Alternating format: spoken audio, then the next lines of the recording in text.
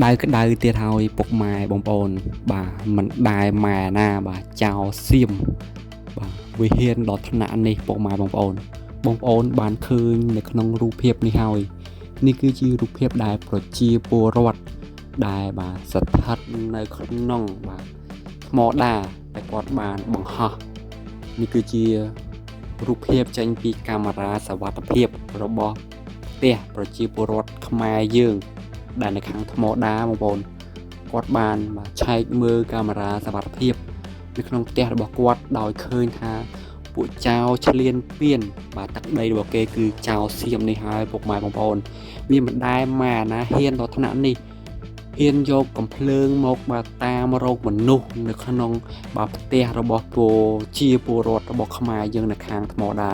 បាទតាមរយៈរូបភាពដែលបានបង្ហោះដោយប្រជាពលរដ្ឋខ្មែរខ្ញុំពិតជាមានការឈឺចាប់ខ្លាំងមែនទែនមិនថាខ្ញុំមិនថាប្រជាពលរដ្ឋខ្មែរម្នាក់ណានេះទេមើលរូបភាពជាមួយវីដេអូនេះហើយពិតជាឈឺចាប់ខ្លាំងមែនទែនបាទចៅសៀមវិហានបាទឆ្លៀនពៀនខ្មែរយើងរតនៈនេះ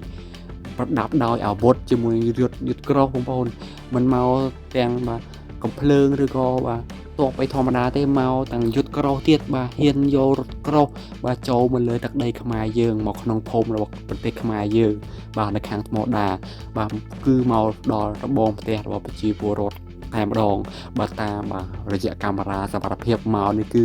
មិនមកមិនមែនឈុតទូចទេគឺមកលក្ខណៈឈុតធំដោយបាទគឺមានទាំងកំភ្លើងមានទាំងយុទ្ធក្រោះគឺដើរឆែកឆេរក្នុងផ្ទះប្រជាពលរដ្ឋខ្មែរយើងតែម្ដងបាទដោយការបង្ហោះតាមរយៈប្រជាពលរដ្ឋខ្មែរយើងដែលបានភៀសសឹកទៅតំបន់ផ្សេងគាត់ក៏មិនចោលផ្ទះសម្បែងគាត់ដែរគឺគាត់ឆែកកាមេរ៉ារបស់គាត់ឃើញបាទពួកនោះគឺវាហ៊ានខ្លាំងមែនទែនដោយយកកំភ្លើងបាទ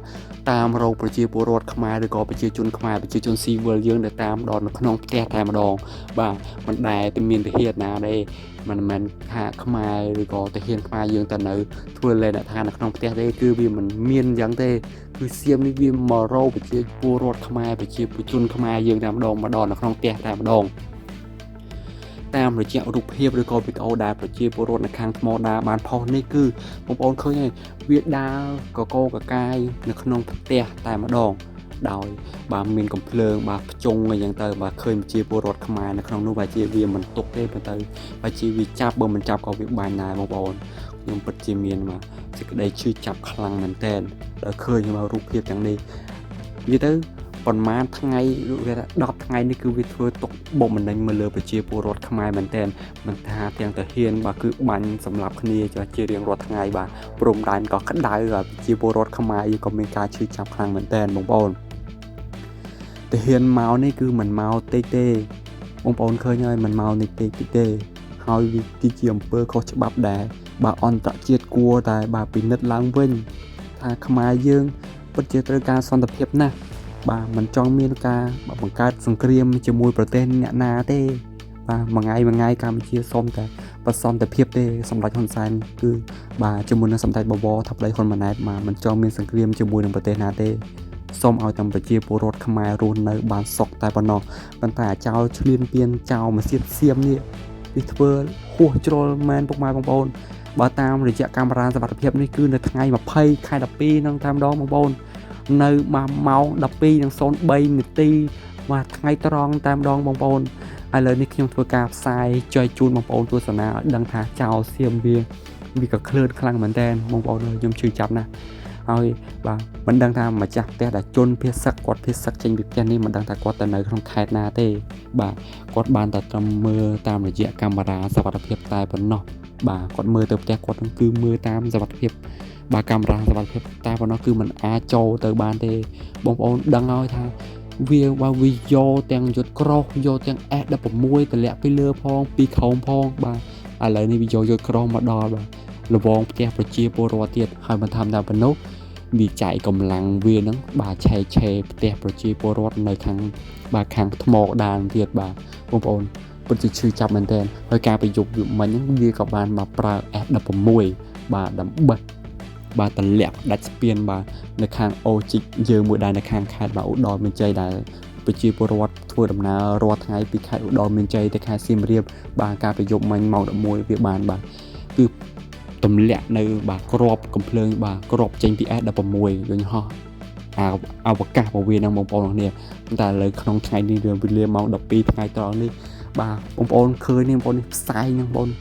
បាទរូបភាពបាទវីដេអូដែលប្រជាពលរដ្ឋទម្លាក់មកដើម្បីចាយតាមបណ្ដាញសង្គមនោះគឺបងប្អូនឃើញហើយផ្សាយគឺខ្មួខ្មាញ់ខ្លាំងមែនតើបាទក្របមិនដឹងថាក្របប៉ុណ្ណាទេបងប្អូននេះខ្ញុំនិយាយលេងចាញ់ហ្មងចំពោះអាចោឈ្លានពានទឹកដីបាទគេនេះខ្ញុំជាពលរដ្ឋខ្មែរមួយរូបបាទខ្ញុំបានត្រឹមតែបាទ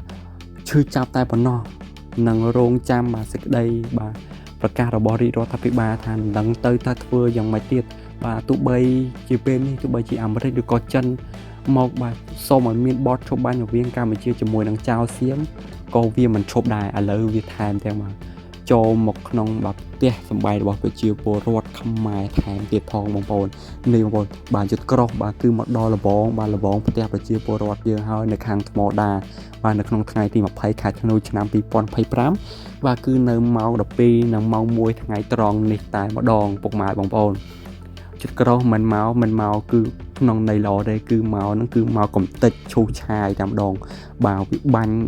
និយាយទៅគឺវាបាញ់ជារៀងរាល់ថ្ងៃមិនដឹងថាថ្ងៃណាវាឈប់នោះទេបងប្អូនទាំងអស់គ្នាយុទ្ធក្រោះនេះពុកម៉ែបងប្អូនបាទថាយុទ្ធក្រោះតាមព្រំដែនអីអាហ្នឹងបាញ់គ្នាគឺយើងតបតទេបានសំខាន់វាចូលមកដល់បាទរបងផ្ទះប្រជាពលរដ្ឋបាននេះបងប្អូនតាមរយៈកាមេរ៉ាប្រតិភិបរបស់ប្រជាពលរដ្ឋផ្សេងដែលបានផុសគឺវាមកដល់មុខផ្ទះហើយបាទកំភ្លើងមានប្រដាប់ដោយកំភ្លើងបាទវាមិនថាតែមកដល់មុខផ្ទះយើងទេ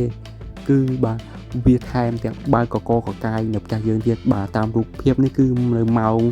បាទ13:21នាទីបាទថ្ងៃរសៀលនេះតែម្ដងពុកម៉ែបងប្អូនបាទចៅឈ្លានពានទឹកដីបាទចៅសៀមខ្ញុំសង្ឃឹមថាវានឹងវិនិច្ឆ័យអន្តរាយទៅឆាប់វាចង់បានទឹកដីគេបាទតចំនួនខ្លាំងមែនតើបើតាមបាទរយៈនៅរូបភាពនេះវិញបងប្អូនបាទគឺប្រជាពលរដ្ឋបានបង្ហោះនៅលើបណ្ដាញសង្គមគឺវាបើកទ្វារចូលតែម្ដងបាទគឺមិនមែនតែមកផ្ទះពីរផ្ទះទេបងប្អូនបើតាមរយៈវីដេអូអ្នកដែលនៅក្នុងភូមិថ្មដានៅខាងថ្មដាគឺបង្ហោះមកគឺច្រើនផ្ទះសម្បែងខ្លាំងមែនតើបងប្អូនមិនមែនតែផ្ទះមួយទេគឺមានផ្ទះជាច្រើនដែលថៃដែលចោលសៀមឈ្លានពានទឹកដីគេនោះគឺវាបានបើកកកកាយដើម្បីបាទរោគមនុស្សសង្ស័យគឺចង់សម្លាប់មនុស្សបាទចង់ស្លាប់ជាពលរដ្ឋខ្មែរដែលស្លូតត្រង់ដែលប្រកបរបររកស៊ីនៅទីនោះតាមដងពុកម៉ែបងប្អូនមិនមែនវាបាទមហោទាហានទេទាហានណាធ្វើលេងអ្នកឋាននៅក្នុងផ្ទះពុកម៉ែបងប្អូនគួរតែដឹងហើយគឺវាបាទមកកកកកាយនៅក្នុងផ្ទះរបស់សម្បែងប្រជាពលរដ្ឋតែម្ដងបងប្អូនបាទខ្ញុំមានតែប៉ុណ្្នឹងទេសម្រាប់ចែកជូនទៅដល់ពុកម៉ែបងប្អូនដើម្បីទស្សនាបងប្អូនអាចខមមិនបញ្ចេញមតិយោបល់ម្នាក់មួយមកពុកម៉ែបងប្អូនថាតើវានឹងបញ្ចប់ទៅថ្ងៃណាវិញគឺខ្ញុំមិនដឹងទេពុកម៉ែបងប្អូនប្រជាពលរដ្ឋកំពុងតែត្រូវការសន្តិភាពឡើងវិញណាដូចដែលបាទកម្ពុជាឬក៏សម្ដេចហ៊ុនសែននិយាយយ៉ាងគឺ Cambodia need peace